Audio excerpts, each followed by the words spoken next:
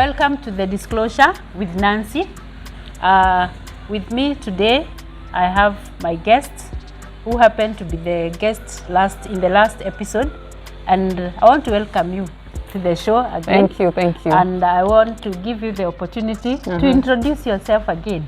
Hello, my name is Anne. Yeah. I was a guest here the first time. Yeah. The second time I'm privileged to become another guest. Yes. So today we will be, I have more questions for our host, Madam Nancy here. Yes. And if you watched our last episode, we did understand what is addiction and highlights of the show. But today, Madam Nancy promised that in the next episode, she'll explain what relapsing is, and that's why we are here. Okay.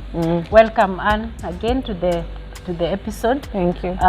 Today, I want to continue shedding more light on the aspects of addiction. Yeah. In the last episode, we shared a little about what addiction is, the causes of addiction, the types of addiction, and we also shared that addiction is a disease that can actually be helped and it can be treated. So today, I wish to share some light on relapsing. Yeah, I remember you wanted to know more about relapsing. Yeah, relapsing. Now, relapsing happens when a person is unable to continue with the goals they had set about reducing or stopping of using of alcohol or the drug in question. Yeah. And this person goes back to the levels of use that they were used before. And we say that relapsing is part of the journey, it's part of the journey of recovery. And before I share the causes of relapsing, I want to highlight on a few aspects or a few areas on relapsing. Relapsing is part of the recovery journey. Relapsing does not indicate weakness. Neither does it indicate failure from the person. Relapsing can occur anytime, and it can happen more than one time. And relapsing happens differently for different people. It can be caused by so many aspects, and therefore I wish to share the causes of relapsing. There are so many actually, but I have a few that I would wish to share with you. Because now, when we look at the society, mostly when someone relapses and they were from a rehab, people are quick to judge them or to give up on them because they have gone back and they feel like that person is letting themselves and the society down. So I think it's important for us to learn the reasons why this person could be going back to something that they had already overcome. Yeah, that's a very good observation from you, Anne. And as I said in the last episode, there are some people out here in the society that do not understand the concept of addiction, and we try to blame the people who find themselves in those situations. And as we say, it's actually a disease that affects the mental part, and therefore we should not blame these people as per se.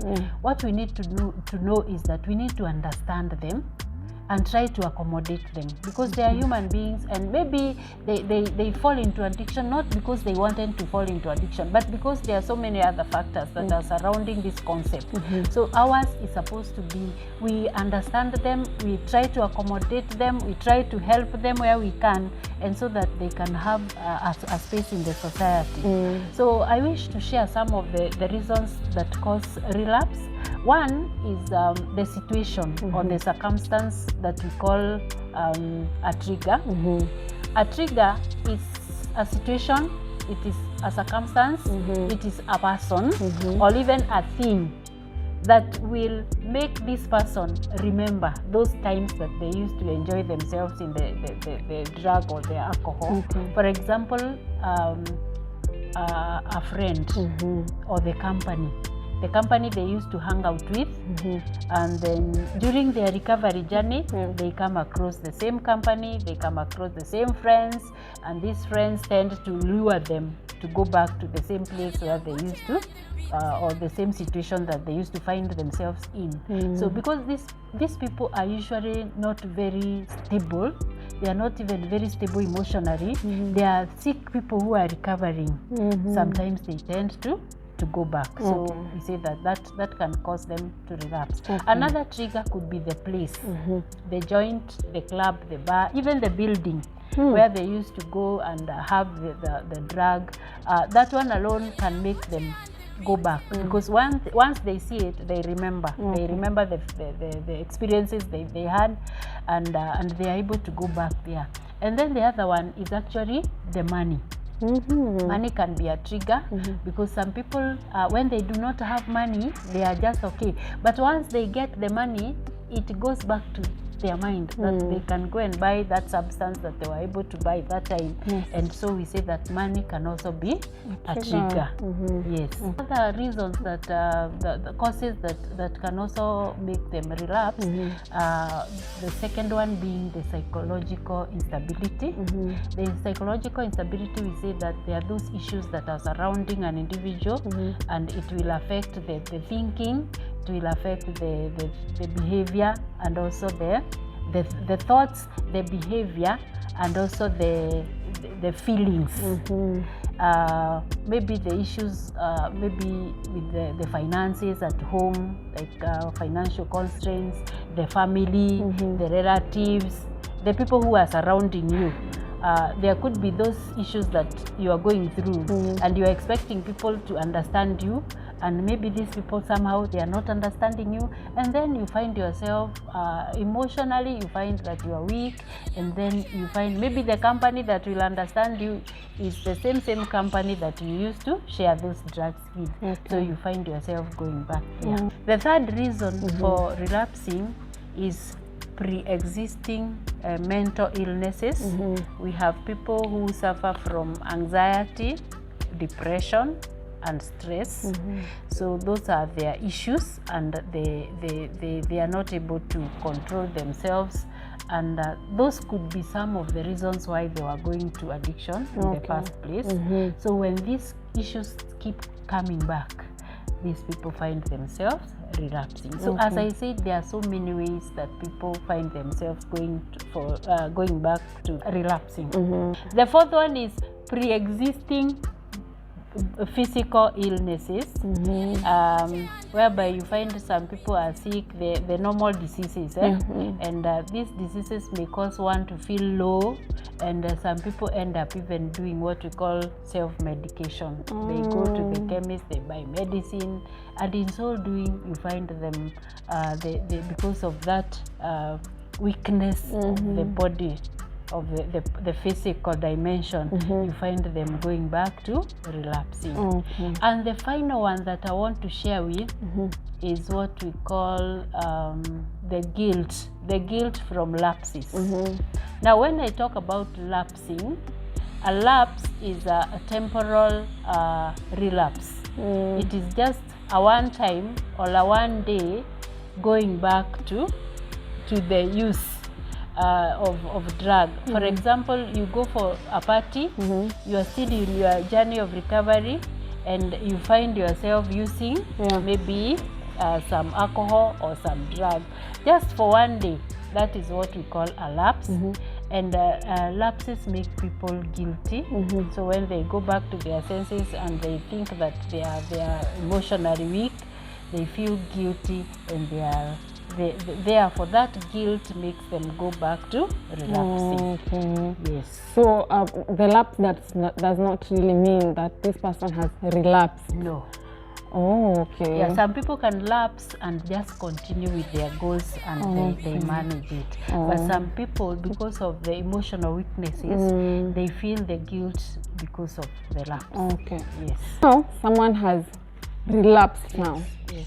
But they still want to achieve the goals that they had set initially. So how do they now move from relapsing to now achieving these goals? Because you said in our last episode that relapsing does not mean that you stay down there. Yes. You can still be helped and get to the goals that you wanted. Yes. So how can this person be helped? Very good question, Anne. What to do when a person relapses? First of all, seek medical attention from maybe the facility, the rehabilitation facility that this person came from, because we normally have what we call follow-up programs. So those people who helped this person, they have a program of following this person up until that time that this person is able to abstain completely. So that is usually the first step. The second step is to make sure that this person has a strong what we call a strong family support, family support, or support system, especially the people who are close to them.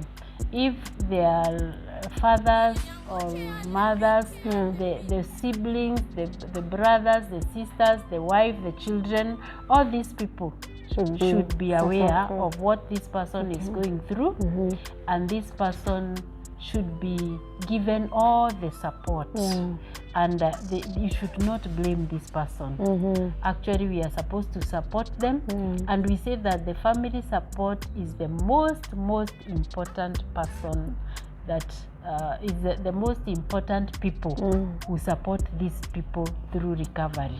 Actually, the recovery is not easy, and it needs all the support from the family members.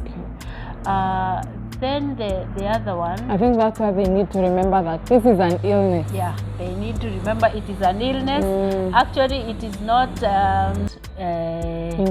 intentional. Actually, si kujifanya. It's not arrogant. It's not intentional. It is somebody who is actually sick. Just the way you would have somebody who is sick and admitted in the hospital, you go and see him, you take him some good stuff, some good food, you talk to them nicely. This is the same way we are supposed to look at this person and give them the support that they need. Then the next point is that this person who has relapsed needs to look at the relapse as an eye opener, and actually as a way of actually showing him what are the triggers that have made me to relapse. It is actually a learning process, so that through that learning, he may not be able to relapse another time.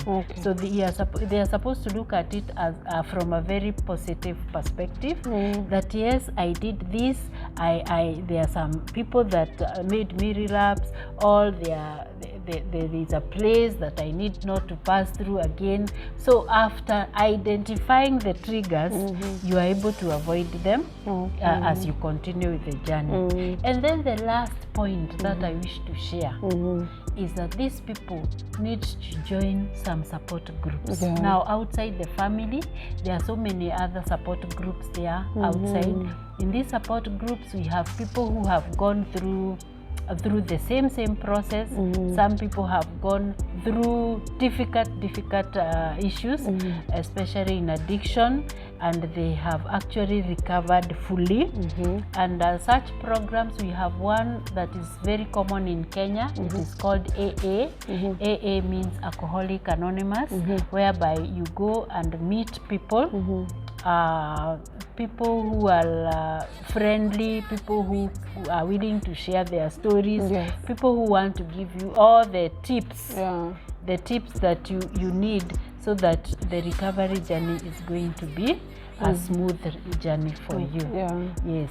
Okay, wow, that was a good one. Yes. I really enjoyed the episode, and I have learned so many things, that money can actually be a trigger. Yes, it can.